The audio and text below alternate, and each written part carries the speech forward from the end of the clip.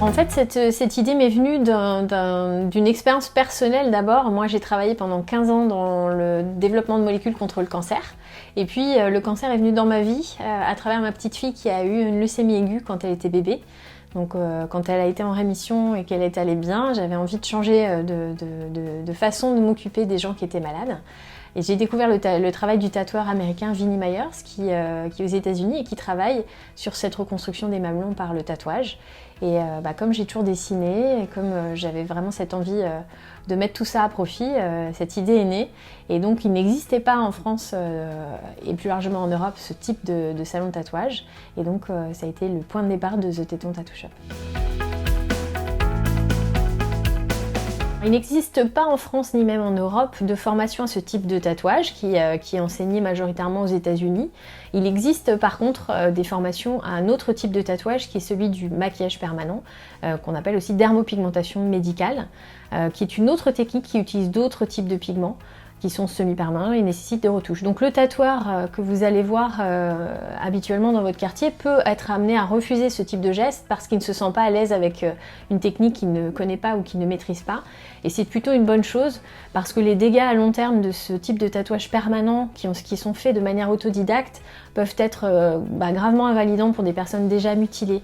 Donc il vaut mieux réserver ce type de geste à des gens qui ont une formation spécifique et c'est une formation assez longue qui doit être faite de bout en bout.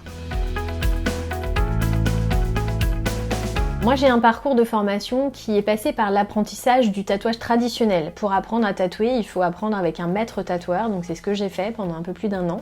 Je me suis formée aussi au tatouage dit médical sur les conseils des chirurgiens avec lesquels je travaillais, qui eux ont eu la gentillesse de me former aussi à tout l'aspect de la reconstruction mammaire, parce qu'il est important de comprendre de quelle origine viennent les tissus qu'on va tatouer, puisqu'on peut reconstruire un sein avec la peau du ventre ou du dos ou de la cuisse, et ça va pas se tatouer de la même manière. Donc ça m'a pris aussi un peu de temps. Je me suis formée aussi sur le plan scientifique, à tout ce qui est le rapport entre le cancer, le tatouage, et pour bien être sûr de prendre les bonnes décisions et travailler dans les bonnes dimensions.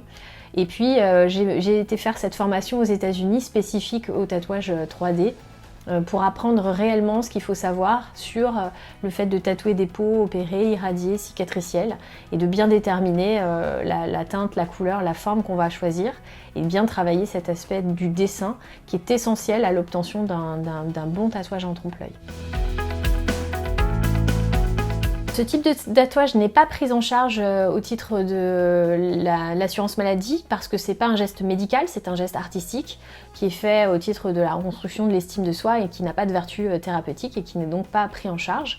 Par contre, pour les personnes qui n'ont pas de revenus ou qui sont avec des revenus très faibles, l'assurance maladie peut donner des aides sociales. Donc il faut monter un dossier avec son médecin traitant et parfois son chirurgien et demander ces aides sociales. Et aujourd'hui, il y a un certain nombre de mutuelles, dont Malakoff Médéric Humanis, qui prend en charge une partie de ce geste, qui a été, je le souligne, la première mutuelle à soutenir les tatouages réalisés au sein de The Téton Tattoo Shop. Et donc, il suffit de monter, pareil, une demande d'aide, de faire appel aux fonds sociaux des mutuelles. Il ne faut pas hésiter à faire ce type de démarche parce que ça va aider aussi d'autres gens à pouvoir obtenir le même type de soutien. J'ai des clientes et j'ai aussi des clients, puisque sur 450 personnes que j'ai tatouées, j'ai eu la chance de tatouer aussi 7 hommes. Faut rappeler que le cancer du sein touche aussi les hommes. Ils sont tous, ils expriment vraiment clairement l'impression de se sentir pleinement reconstruits parce qu'il ne s'agit pas forcément de guérir une maladie ou de reconstruire un volume de sein pour qu'on se sente personnellement reconstruit. Et effectivement, ce parcours long, parfois difficile, peut trouver une belle fin avec ce tatouage qui permet immédiatement à la personne de se reconnaître dans le miroir. Et ça, c'est important pour des gens qui parfois ne regardaient même plus leur image dans le miroir, ne se montraient plus devant leur conjoint ou parfois avaient été quittés pour ces mêmes raisons. Et c'est des gens qui vont pouvoir se réinsérer dans la vie sociale, retrouver un travail, retrouver une vie conjugale et arrêter les médicaments, les antidépresseurs. Et quand je les vois revenir 3 mois après, quand on se revoit pour une retouche, je revois des gens qui sont transformés et je suis ravie de participer modestement à leur retour vers l'estime de soi.